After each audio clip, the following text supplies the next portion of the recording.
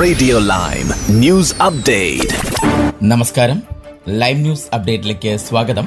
വാർത്തകളുമായി അരുൺ. പ്രധാനമന്ത്രിയായ ശേഷമുള്ള ആദ്യ പ്രധാന നയപ്രഖ്യാപനത്തിൽ ആന്റി ബേണാം ഗാർഹിക വൈദ്യുതി ബില്ലുകളിൽ നിന്ന് വാറ്റ് നീക്കം ചെയ്യുമെന്ന് പ്രഖ്യാപിച്ചു. ഗാർഹിക വൈദ്യുതിക്ക് ബാധകമായ വാറ്റ് നിരക്ക് ഒക്ടോബർ 1 മുതൽ 5% നിന്നും 0% കുറയ്ക്കും. കഴിഞ്ഞ ദിവസം 10-ാം നമ്പർ ഷീറ്റിലേക്ക് പ്രവേശിക്കുമ്പോൾ ജീവിത ചെലവിൽ ബുദ്ധിമുട്ടുന്ന ആളുകൾക്ക് ആശ്വാസ സ്ഥലം നൽകുമെന്ന് ബേണാം പറഞ്ഞിരുന്നു. പ്രധാനമന്ത്രി എന്ന നിലയിൽ തന്റെ ആദ്യ പ്രസംഗത്തിന്റെ സംഗ്രഹമായിരുന്നു ഇത്. ഈ നീക്കം ഈ ശൈത്യകാലത്ത് കുറച്ച് ആശ്വാസം നൽകുമെന്ന് പുതിയ ചാൻസലർ ജോൺ ഹീലിയും അഭിപ്രായപ്പെട്ടു.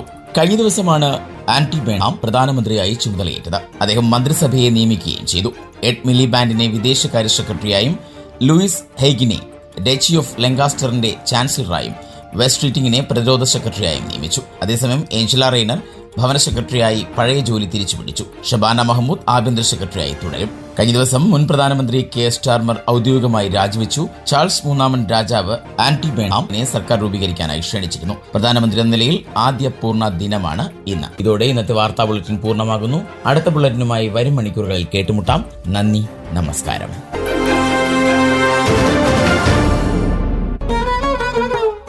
കൂടുതൽ വാർത്തകൾക്കും വിശേഷങ്ങൾക്കുമായി റേഡിയോ ലൈം ആപ്പ് ഡൗൺലോഡ് ചെയ്യൂ.